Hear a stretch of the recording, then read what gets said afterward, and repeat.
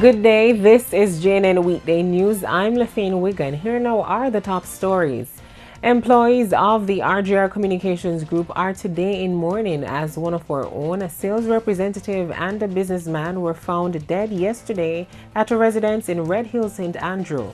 Dead are 25-year-old Felicia Sutherland of Portmore, St. Catherine, and 52-year-old Darrell Lodge of Red Hills. Our news team understands that about 8:30 Sunday morning, the decomposing bodies of Miss Sutherland and Mr. Lodge, who is a U.S. citizen, were discovered tied with duct tape. Investigators have not yet been able to determine the cause of death. It's understood that Miss Sutherland was last seen on Thursday when she was picked up at her home by Mr. Lodge. Calls to her phone up to Friday reportedly went unanswered. Meanwhile, Indicom has stepped up its probe into the Mario Dean case as 6 police officers who were on duty when Mario Dean was beaten at the Barnett Street lockup are to face identification parades.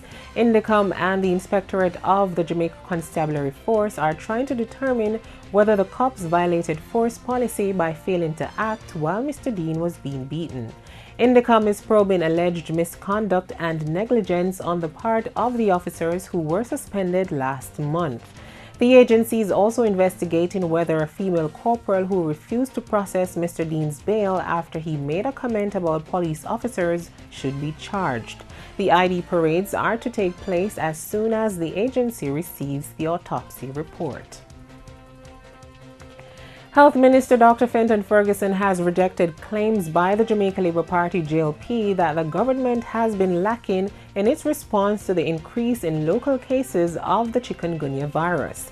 The Health Ministry on the weekend reported that the number of cases confirmed had increased to 24. However, Dr. Ferguson says the emergence of the virus is not considered an outbreak at this time.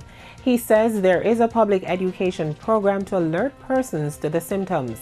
He also cautioned that it is the flu season and some persons could display symptoms similar to chikungunya. The country should know the cost of the multi-agency search and rescue effort to recover the crashed aircraft and passengers by Friday. The Office of Disaster Preparedness and Emergency Management ODPEM will coordinate the analysis going forward.